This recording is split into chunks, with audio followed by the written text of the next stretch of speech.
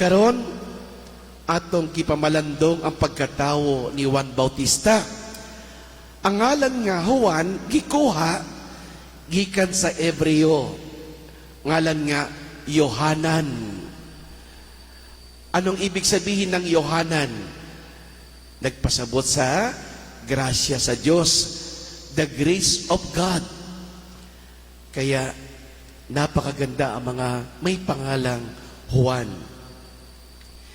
Kini usa ka lig-on nga traditional na ngalan nga nagpadayag sa kusog, responsibilidad o pagpaubos. Si Juan Bautista usa ka bantugan nga tawo gipili sa Dios sa pagdala og kahayag ni adtong nagpuyo sa kangit-ngit. Kinsa man taliwala kanato nga nagpuyo sa kangit-ngit. Si Juan usa ka tawo nga lahi, nagpuyo siya sa kahilom sa disyerto.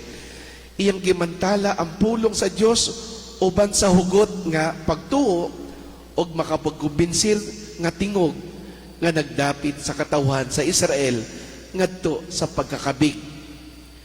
Mapaubsanon siya sa pag-ingon. Tingog lamang siya, dili ang balaang pulong. Og bisan pa niana iyang gisaway ang tanang inhustisya bisan ngadto sa hari. Atong hinumduman nga si Juan Bautista gustong motulid si Haring Herodes gikan sa iyang mga kasaypanan, sayop, mga sala. Sa diha nga siya miingon kang Hari Herodes, dili uyon sa balaod alang kanimo ang pagpangasawa sa imong igsuon. Ganoon katapang si Juan Bautista. Dili siya mahadlok na sabihin ang katotohanan. Sana ganun din tayo. Dili tayo mahadlok. Sabihin natin ang katotohanan. Dili tayo magsinungaling.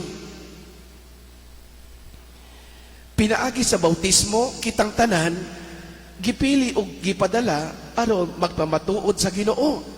Matag o sa kanato, adunay misyon nga buhaton sa atong pamilya, sa atong komunidad.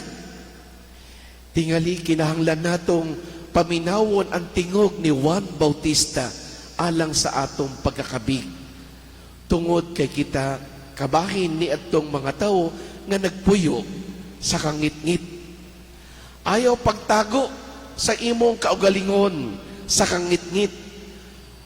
Gawas og dawata ang sakramento sa pagkumpisal. Sama ni San Juan Bautista, kita kinahanglan nga mubarog uban sa pagpaubos kay isog o pagsalig sa gahom sa Dios samtang kita musangyaw sa kamatuoran.